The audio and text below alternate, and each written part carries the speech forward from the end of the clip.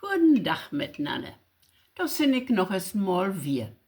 Vandaag is ja den Dag van de Duitse Eenheid.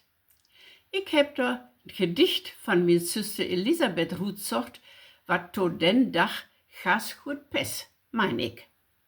Het drecht de overschrift wie beide. Du kiekst mi an, ik kiek die an. Wie kiekt us an? Du kiekst nicht op mi herunne, du bürst mi in de Höchte. Noch lieg wie us, und wie kiekt us an?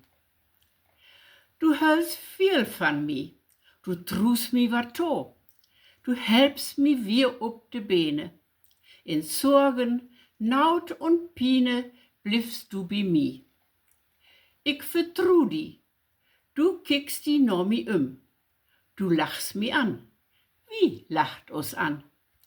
Komm, laat us tanzen. Wie blief benene? Wie kiekt us an? Nu wünsch ich ju noch einen schönen Viertag und magt wat drut. So, nu holt ju Kriegel und ich sag, gut gaan.